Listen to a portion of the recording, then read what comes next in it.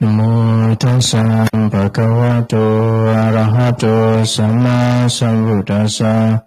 Namo tassa bhagavato arahato samma sambuddhassa. Namo tassa bhagavato arahato samma sambuddhassa. So in previous lesson, we study on topic the disadvantages of defilement. So we know that for the person who practice, for the yogi who practice meditation, insight meditation well, he well observe, reflecting with skillfully and control and restrain the eyes, ears, nose, tongue, and body. The distress and feverish defilement will not arise for him. And the Buddha encouraged us that even it's difficult to get rid of the defilement at the very first time, but if we put more effort, we practice more and more, so we can do it. Because just like the cloth that is pure at the very beginning, it may be dirty by outside things like dirt, like dust, but after we wash it, we can dye it with good color. So that is the last week lesson. So today lesson continue with that series. I'm sorry, this is a Vietnamese one. Continue with that series. We have the what corrupt the mind. We will want to learn what corrupt the mind. Last week we learned how it's dangerous and how it affects the mind. So this week we will call out its name. So the corruption of the mind in Pali we call is upakilesa. Upakilesa. So upakilesa have two parts, the upa and kilesa. Upa means toward or nearby, and kilesa means defilements, something distress your mind, spoil your mind. So nearly spoil your mind or toward to the corruption of the mind. So that is called upakilesa, the corruption of the mind. So it refers to the state of impurity of the mind. It approach and defile your mind. And corruption is it make the mind not something outstanding and under the effect of defiled state. So there are in the Majjhima Nikaya, the collection of the middle and discourse, the Buddha gave out, there are 16 of upakilesa.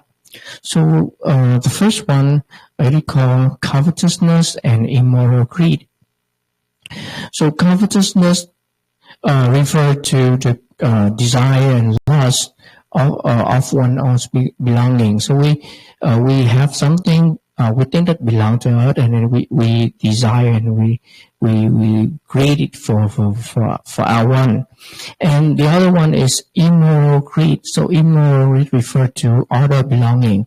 So it means that covetousness is desire and lust for the appropriate things and belong to ourselves, and the other one is belong to others. So I have the picture here for you to easily imagine that. So the boy, he have ice cream for himself, so he think that it's his one. He try to enjoy it by himself. Because we call greed because he think that it belong to him. If he lost it, he will be suffer because of that. But at that moment, he enjoy his one. But the other one look at him. He doesn't have, but the other one have. So he want to steal that to get that from the other one. So it's called immoral greed. Actually, all greed, anger, and delusion are immoral. But to the word immoral here in this case to differentiate between the two, what belong to you and what belong to other, what appropriate and what not appropriate. Okay, so that is the first one. the covetousness and immoral greed. The second one is called ill will. So ill will, there are 9 reasons to arise resentment. So 1, 2, 3, he thinking that that person already act in the past, act in the present, or will act for my harms. That's why I get angry at him. Or the other one already act in the past, acting in the present, or will act in the future for the harms of the one who I love, the one who please agreeable to me. So I getting angry at him. Or he act in the past, acting in the present, or will act in the future for the benefit or for the one who I displeased for me and disagreeable to me. So that's why I hate him. I am not angry at him. So that is the 9 reason to arise resentment, and to have the third one of the corruption of the mind we call ill will. The third one is we call anger. It's similar to ill will for 9 reasons to arise resentment, but there are one more things that arise without any reason. Anger without any reason. For example, you walk on the street and you're not careful, so you get hit by a stump of a tree and you fall down. So that's what, and then you get angry with the stump of the tree, like without any reason. So that is the anger one. The fourth one is we call animosity. Is the highest one. So you can imagine like something tie your mind again and again with many layers. Tie your mind. So, and that is the animosity. Is the highest one of the kind of anger. I will try to explain roughly for you these 16 kind of corruption of the mind. It will be helpful when we practice to recognize it. So it may take a little bit more time.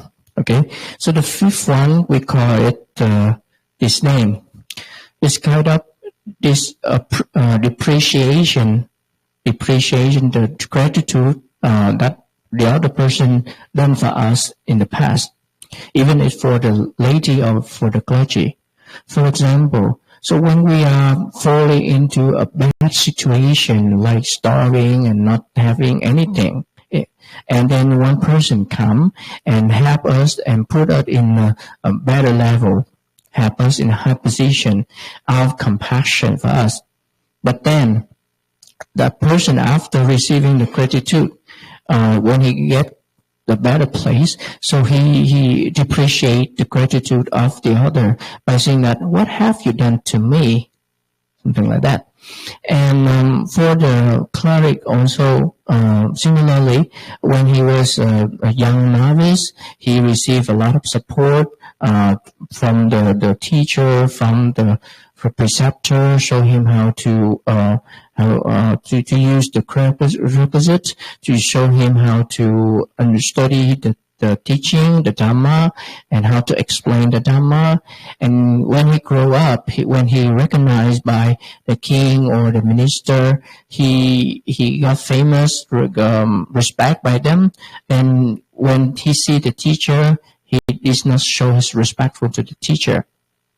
And when the teacher tell him that, oh, this person, he was supported and cultivated by us when he was young, but now he's like that, he's not lovely anymore. So the ungrateful one replied to them, what have you done to me? What have you done to me? So that is the fifth corruption of the mind, or disdain, or depreciation. So the sixth one we call contempt. It arises to the person who like to compete with other person.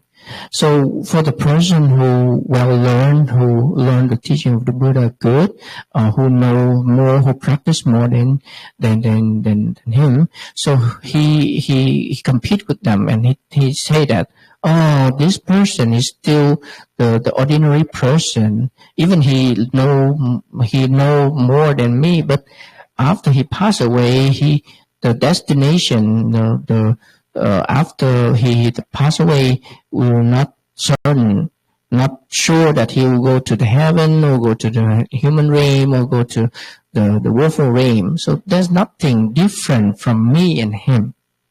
So that person is contempt, and that there is very dangerous. It's corruption of the mind, because this person might not try hard to practice or to learn the teaching, and then do a lot of unwholesome deed, etc. 7 is jealousy. Jealousy. So when you see other person get something good like being honored, you criticize them. You don't like that. The 8th one is stinginess. So stinginess, like you see other, you have something achieved for yourself, and others want to get it, to share, want you to share it, but you cannot share. You cannot endure being shared with other person. So that is called stinginess. So I have the picture here. This boy, he has a cake and he wants to keep for himself and want to share with other person. 9 one we call deceit, being fraudulent behavior, with the behavior that is not right. Okay, we have the picture here, lying with the nose. And the 10 is deviousness. So it's kind of state of deception. So we have an example here. A devious is similar to the fish called ayatana. Is the ayatana fish? It have the head like a snake and the tail is like a fish. But he tried to make other fish or snake understand that I am similar to you. So in the same way, the devious one, in front of everybody, he be nice, but behind something really bad. We have the picture here. So for an example, the devious one will approach the master of Sutta discourse or the Abhidhamma, the systematic treatise in the teaching of the Buddha, and come to that famous teacher and tell them, please, sir, I'm your student. Please compassion to me. Don't give up on me. Blah, blah, blah, blah. To get benefit from them and make them believe that, oh, this person, he want to learn something. We should try to help him. But his purpose is just something get benefit from him. It's not right. So it will spoil the mind. We call the corruption of the mind. So 11, obstinacies. He stubborn, headstrong, unobedient, like ladder back, full of air, not move, not receive anything from the teacher, not try to change his view. Aggression. The 12 one is aggression. So aggressions can be in a skillful state or can be unskillful state. So for the laity, example for the laity, when you see somebody have the adornment or jewelry, the unskillful state arise, and you want to have double of them or more than that. So I have the picture here. This girl, she have a purse, and the other ones look at her and get angry and I want to have more. I want to have 2. I want to have 3 of them, something like that. And for the clergy, when a monk sees some other person who learn thoroughly or who can give the Dhamma talk well, so because of the conceit, he want to do more. I want to understand more than him. I want to give more Dhamma talk than him, better Dhamma talk than him. So that is for the unskillful state. But it can be in the skillful state too, wholesome state too. So, for example, for the laity, when in the Buddha time, they would call the offer meal by taking lots. So there are many monks. So they will invite, like, I want to invite 5 monks. So they will use the lot to choose 5 monks for that person to invite home to offer the meal.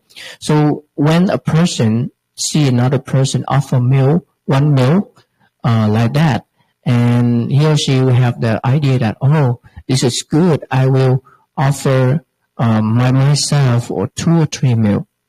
So that is the good state. Or the monk who see all the monks who learn well the Nikaya, the collection of discourse, one collection of discourse. So he say, oh, that's a good example. So I will try to overcome my laziness and try to learn more, like 2 collection of discourses, but without any conceit, with the pure mind. So that is the skillful state, the wholesome state.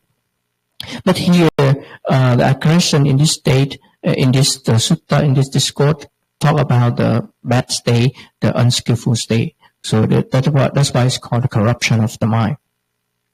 So the 13 is called conceit, by means of pride, based on the birth. So like I was born in a rich family. I'm proud of I was born from a rich family, or I'm better than you, something like that. The 14 one is the same like that, but increased extremely haughtiness. And the 15 one is vanity. The 14 is arrogance. The 15 one is vanity. So you have your pride and you intoxicate with that pride. So, and the 16 one is we call negligence. So negligence is referred to the absence of mindfulness. You don't know, you don't remember what you are doing. So that's why this boy falling down. So without mindfulness, just when you see, when you observe the sensual pleasure object. So without mindfulness, that is called negligence. So because of that, it's so dangerous, because not careful, the corruption of the mind, the upakilesa, will come to you. So that is the 16 corruption of the mind mentioned in the discourse. So among them, why the Buddha put the greed at the first one among the corruption of the mind? Because it's the one who start our life. How to understand that?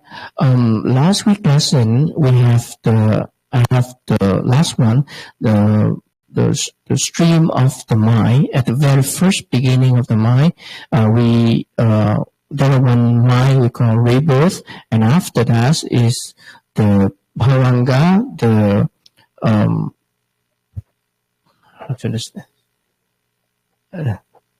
the sustainable mind, and after that, this the very first beginning, processing mind, and among that processing mind, there should be the greedy mind.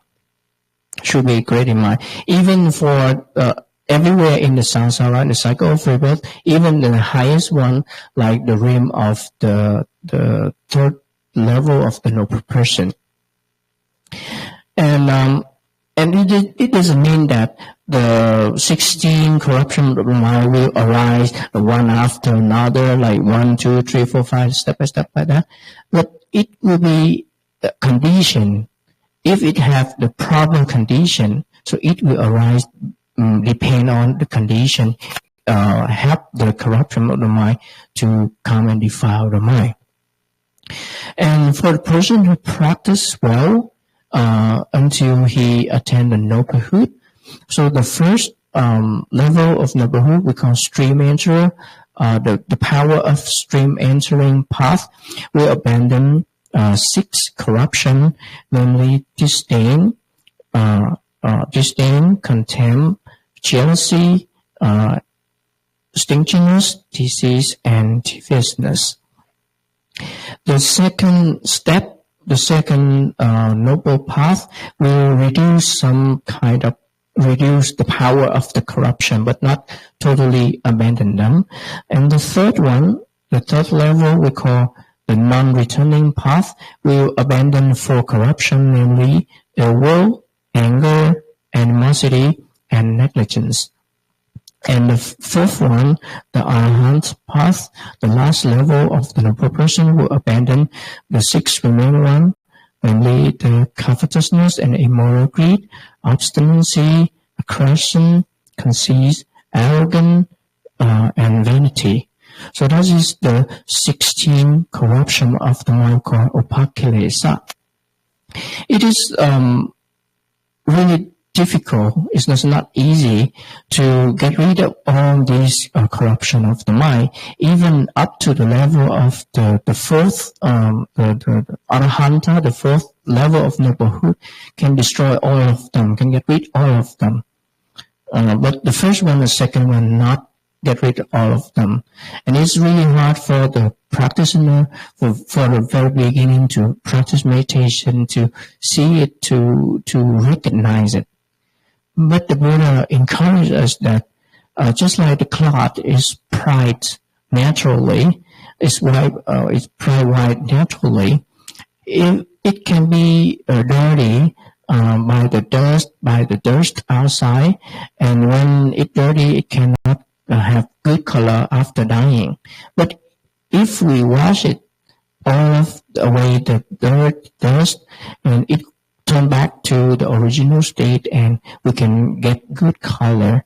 So in the same way, we have a chance to clear our mind, to get rid of the corruption of the mind, even if it take more time and take more effort.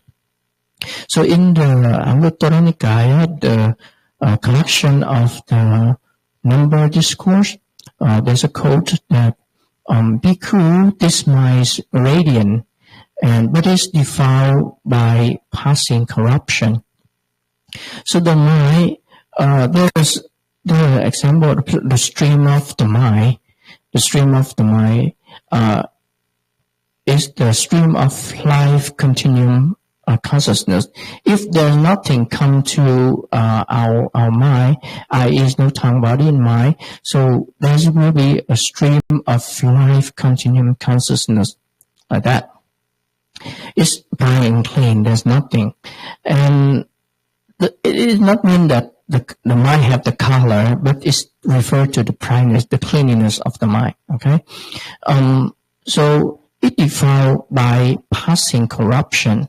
So there will be the corruption initiate and arise at the Javana moment. So I have the example here of we call chittavritti, the process of the mind. So the mind, the life continuum, past life continuum, vibration, arrest, life continuum. So all these is life continuum, but it will change. It will change.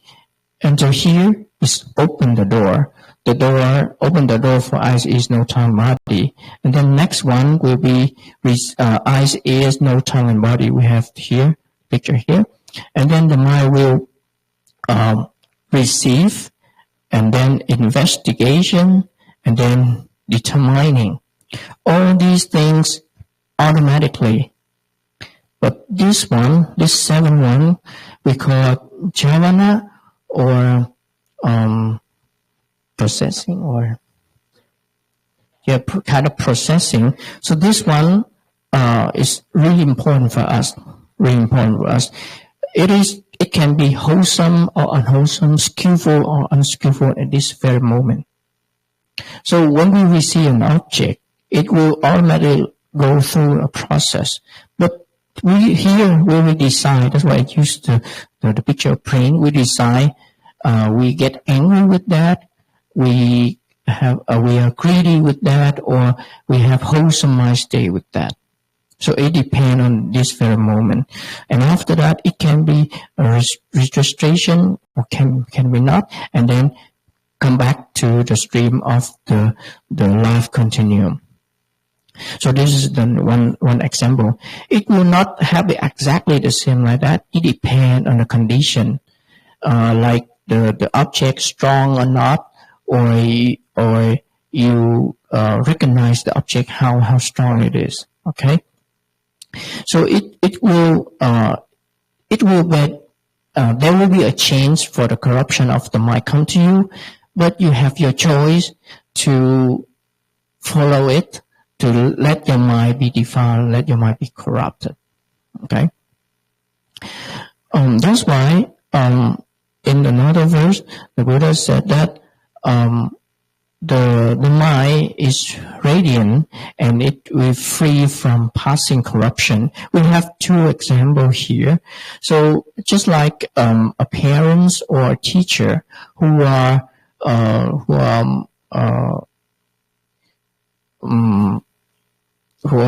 moral and good behavior, but his son or his disciple is not moral, not good behavior. So he or she will be defamed, will be criticized by our person that, oh, you did not take care of your son, your children well, or your disciple well. You did not instruct them. You did not guide them. So that's why they like that. Even he or she is a good person. But in another way, if the parents or the teacher he instruct, he admonish, he control his student, his co-resident, his children well, then other people, outside people will praise him that, oh, you are brilliant, you know how to instruct, you how to admonish, to control your people well. So in the same way, the mind is brilliant, and it can be free from a passing corruption. And a learned noble disciple truly understand this. Therefore, I say that there is the development of the mind for the learned noble disciple. So a learned noble disciple who are learn means understand the teaching well, he when he learning well, he truly understand this. What he truly understand, he practice well, he learn well, he practice well, and he know how to keep his mind, how to control his mind, know the steadiness of the mind. This is referred to the power of insight meditation, and that's why I have the picture here. For the person who practices insight meditation well, he can recognize what comes to him. It can be a good and bad state of the mind come to him, and he will follow which side, the good side or the bad side, and not let other drag him around. So that is referred to the power of the insight meditation. So today we learn the 16 corruption of the mind. It can be hard to recognize because we familiar with that for a long time. It become normal to our life. It is really hard to recognize it. But if we learn the teaching of the Buddha, we know it is bad for our mind. It will yield the bad result. If we follow them, it will let them control our mind and corrupt it. And we do unwholesome action due to bad result in the future. So we know that. So we try to recognize it at the very first moment. If not, then we try to prevent it to to arise again and again in our mind. So if we can do that, we can wash our cloth to be back to the natural, prime clean. Then we can dye it and get good color. So that is the Buddha encourages us. There's no effort, have no result. If we try and again, so we can get it. So thank you for your listening.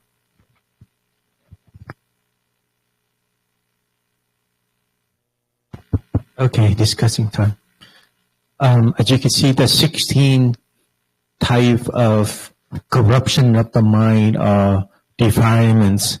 Basically, this 16 has been broken down from the three portion, the root portion, greed, anger, and delusion. So breaks down into 16 parts for us to recognize. And so that way, when we practice insight meditation, we should always guard our mind, aware of a state of mind. So when our state of mind fall into one of the 16 situations, we should recognize it and should decide what to do about it.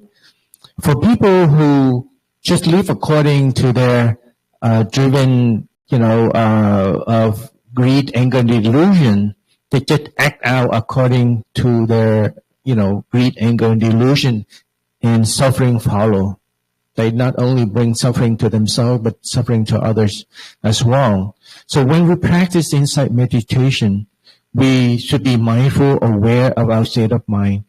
If we see there's the defilement pertaining to one of the 16, we should, if it's unwholesome, we should divert it, change the state of condition, or if you can't do any of that, then just follow your in-breath and out-breath as the, like you contemplated on it for the condition, eventually wear out and return to, to the normal state, like anger, for example, something like that. So that's how we practice. A lot of people keep talking about, in Buddhism, we talk about anger, we talk about greed, anger, and delusion, but never, I hardly ever see anyone break it down in detail, because how you define greed, how you define anger, how you define delusion. A lot of people say anger is like when you really get angry and rage, that's anger. No.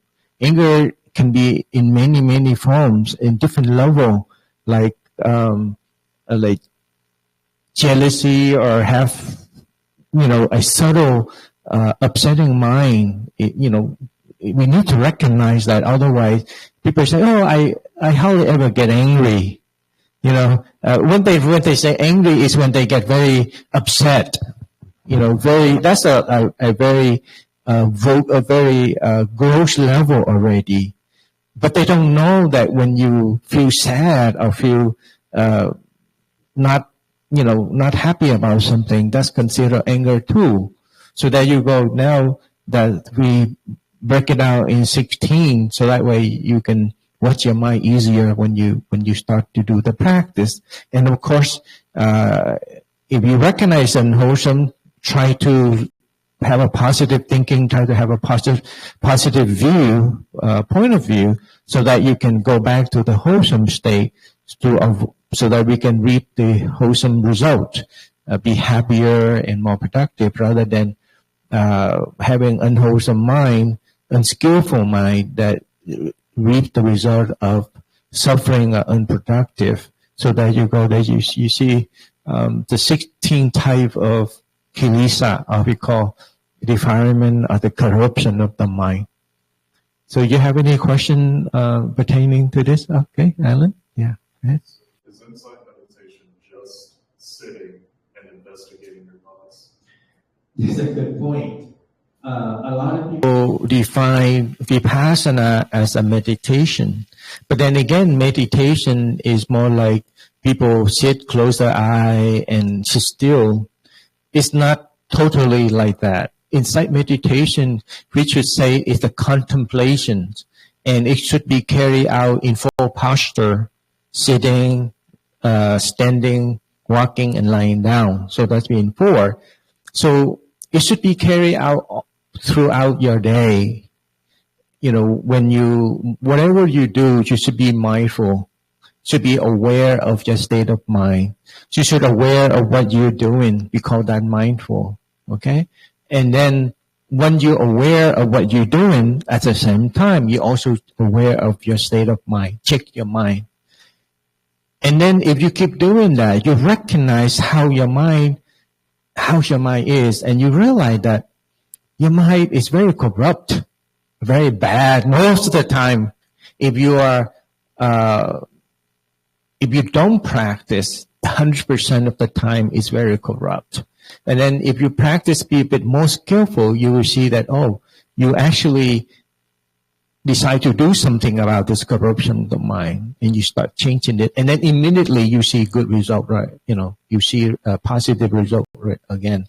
So insight meditation is more a reflection, called the contemplation, rather than meditation. A lot of people, I guess we translate meditation for people to easy to understand, but truly the best posture in Vipassana meditation is to sit down, because that is where you are less distract. So, but it's not the only time that the only way that you practice. So it's before posture at all time. It's the opposite of samatha meditation or tranquility meditation. That you need to sit down and close your eyes, so that way you focus on one object and you got locked onto that object. So it's a little bit different. But insight meditation, it should be carried on when you are still doing something, doing your daily activity. Okay, so don't ever complain that you don't have time to meditate. When we talk about insight meditation, it should be in your daily life. Okay? And if you do so, then that's how you change. Back in the old days, you hear a lot of story in the sutta or the Buddha, the doctrine, that a lot of practitioners get enlightened not during the sitting meditation, but actually during what they are doing. Like one lady, she washed her feet in the river, and she contemplating on the drip of the water from her feet, and she got enlightened. She didn't get enlightened when she meditated. Yeah? So it's how mindful you are, and you change your point of view. That's make the difference. Okay? So, and if you don't have any question, we can move on to the second part about the process of the mind. I keep talking about it again and again, that for some of us eventually understand how the mind works. Our mind we have only one mind, but it's not static. It's dynamic. And it's a continuous flowing, like a stream of the river is flowing. And within that stream, it has segment of the mind. And each of the segment has its functionality. And as you can see, this process of the mind, we have the continuum, also called sustainable mind. The continuum, when there is no activity, there's no condition, our mind is in a continuum, like in a very, calm current, no choppy. And then the next one is what's the next one? The one you see, you have the sun. Actually, understand this. We use the bubble as the segment of the mind, and the picture in there is a symbolic for us to, rather than have word, we just use the picture for us to portray what its functionality is. So don't think that the mind process has this kind of picture, but he chose the brain is the process of the mind when karma action start. But these are the segment of the mind, the moment of the mind, it has a function. Normally it has a continuum room, like when a being got conceived, life already start, mind already start flowing. But sin is so that fetus or the baby still young, there's not much of processing going on. So that's mind of the fetus is in the continuous mind. Okay, so that's one is. But as we grow older, we become more aware. Our faculty become keener we start to be aware, then our sixth sense start to kick in.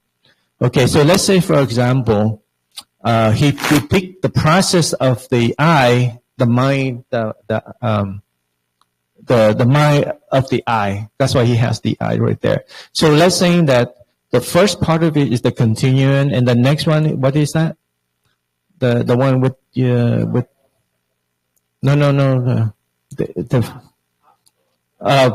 past one, the continuum, and there's an interruption, and then vibration, interruption, and the diver. What is that? Arrest. Yeah, and then the five door. We have the five door means that we have I, E, no, tongue, body, and then the mind. So the house is, starting, if it happened to be in the eyes door that he picked for as an example, like when an image strike our eyes, the eye process start to kick in. So that's how you have the eye. And then the eye kick in, you start to observe or to note. And then it receives the image, and then it's investigate. Investigate, when you see something, you recognize what it is. What is it? Let's say that a lady she sees a rose, an image of a beautiful rose, like the flower. So you recognize it's a rose. And then he make a determination, it's a rose. Then the jhana, the jhana consists of 7 segments or 7 moments. The jhana is more like action. That's where the kamma start.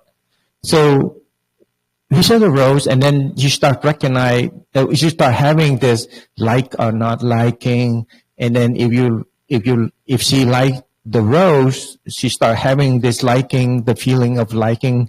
Then the next thing she want to do is she want to own it. She want to attach. She want to own it. If she can't own it, she start to steal it. She start, wholesome start. So this 7 moment of the mind is where all the kamma, all the kammas begin, whether it's good or bad. And then we have the last 2 part, which is called the registration. The registration, and then if nothing happened, it fall back to the continuum of the mind. But then again, that's only the example of how the mind process. But we not always fall into the continuum of the mind, because our mind is constantly grabbing from one object to the other, unless we fall into deep sleep or we in a coma or whatever. But if we are still alive, we're still active, then it will grab from one object of one object to the other. So after the eye process, it could be another eye process, or it could be ear of the eye, or it could be a nose. Constantly, whatever that is in the air, or whatever exists, and we are still alert. We continue to grab, like a monkey. Last week we talked about the monkey that grabbing from one branch to the other branch, continuously until we fall asleep, deep sleep, then bhavanga, the continuous kick in. Other than that, it's very exhausting that we continue to the, and action, karma, continue to produce or can continue to be made, whether wholesome or unwholesome. So that is the process of the mind. So our sixth sense door has 6 type of this process. Whether it's the ear, it will be have process of the ear. The nose will be have a process of the nose. The taste have the process of the taste. The body, we have a process of the body, and then the mind, we have the whole process of the mind. So when something happened like this, we have a choice. Now we understand that unwholesome yield unhappy result, wholesome or skillful yield happy result. So when we in the situation, when we've been conditioned with this kind of thing, and we recognize our state of mind, we have a choice to make. If you want to be happy, you want to be productive, you want to be free from for organic suffering, we choose to be on the skillful side. So we have, that's the beauty of it. So our mind is continuous, but if you're aware of it, you recognize it, you recognize your enemy, then you should decide what to do with it. So that's the beauty. And he mentioned about the cloth. The Buddha used the cloth as a simile.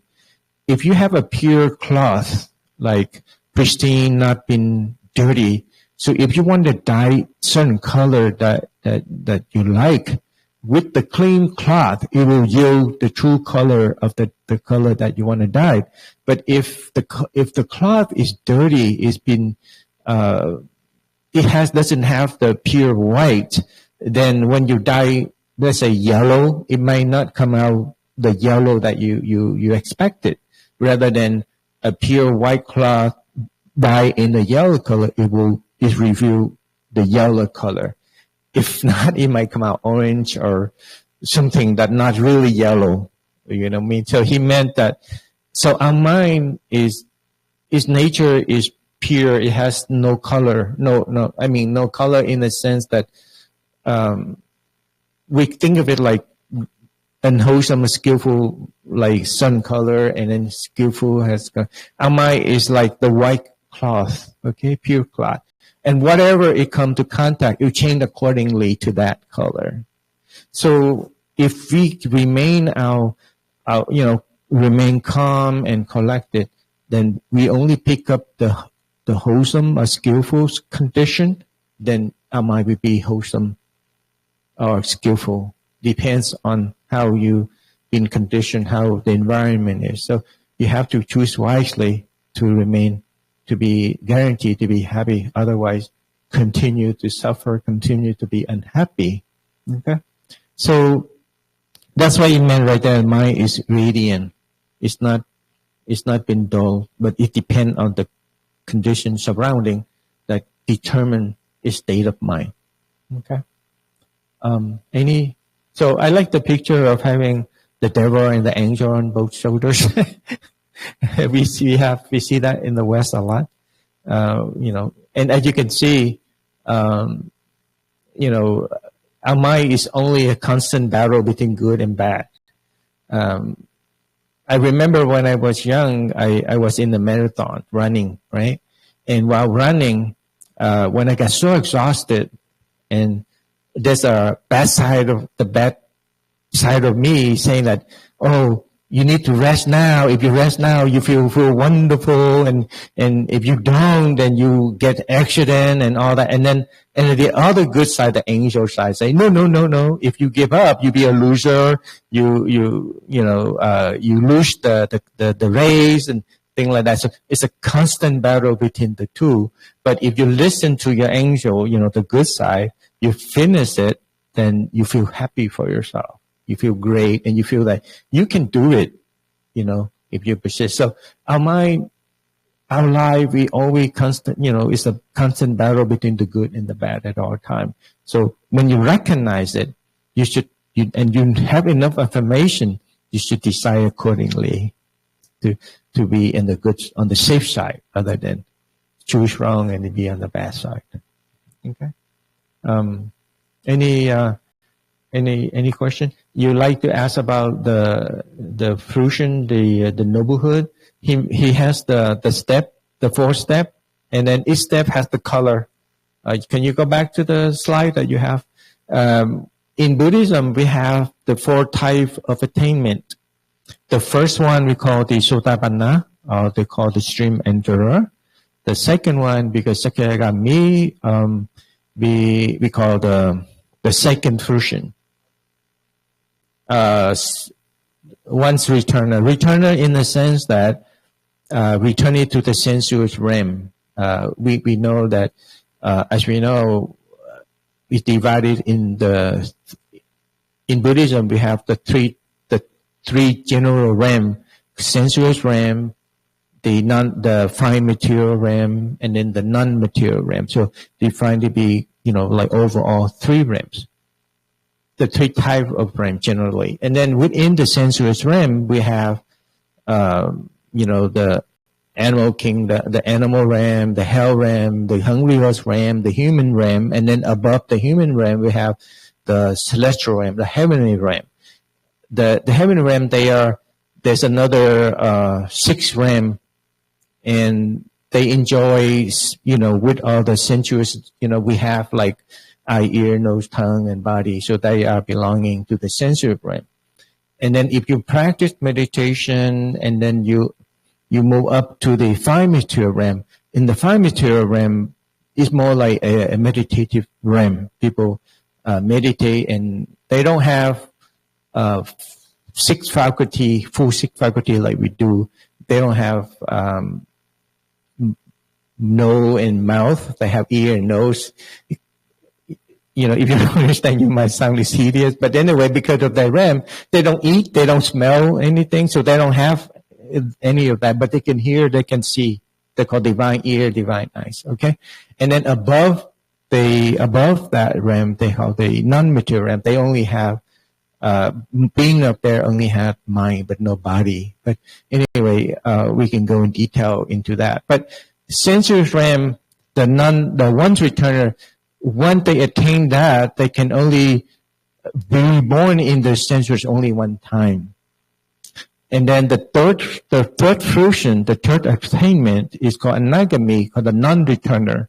The non-returner, that being never go back to the sensuous realm. They will be in the 5 material realm, where up there. And then the last part of it is the arahant. Arahant is the arahant is completely uproot all the greed, anger, and delusion, and they break the cycle of rebirth. No more rebirth for that. And he has the 16 type of defilements. So the first attainment will get rid of, eradicate or get rid of certain part of the defilements. He has color code. He didn't point out the color code, and then the second one, and then the third one, and the fourth one. The second one, the first one got rid of some level of gross greed and gross anger. They still have greed, but the greed is a little bit more refined. The anger is more refined. And then the second fruition is better than that. They still have greed, anger, and delusion, but more refined. And the third fruition, anagami, they completely uproot the anger one. They have a little bit of greed, but not greed. They still have a little of defilement in terms of delusion, pride. And then the last one, arahant, is completely uproot all 3. So there you go. So he mentioned that, so where are we as a worldling? We belong into that little pile of mud. We are in the pile of mud. We still have a lot of defilements. But some being in the mud, they try to get themselves out of the pile of mud. Some just enjoy to be in the mud. They don't have any effort to get out of it. They just love it. So for us who practice, we still have a lot of refinement. We struggle to get out of it. And when you get out of it, you step up to the first fruition called the Sotabana, and on you go further. Yeah? So he has color code, even though this one doesn't show all the color. But can you mention again the first fruition, the Sotabana, which of the defilement that been get rid of? You say that... fifth. Okay, it's the 5th one, disdain, contempt, jealousy, stinginess, disease, and deviousness. Okay, and then so the 3rd level, non-returning, ill will, anger, animosity, and negligence. So the arahant, the covetousness and immoral greed, obstinacy, aggression, conceit, arrogance, vanity. Okay. Yeah. So there you go. Just no view of the attainment that people practice. Okay. And the first fruition that one day, the noblehood, the Arya, you will see is the big difference in that person. They're very refined, very sophisticated. Sense. I mean, mindful, the mind. Okay. So, any questions? It's a good point that you bring up about the vipassana, the meditation. Sometimes I'm reluctant to call it meditation. I call it more like contemplation or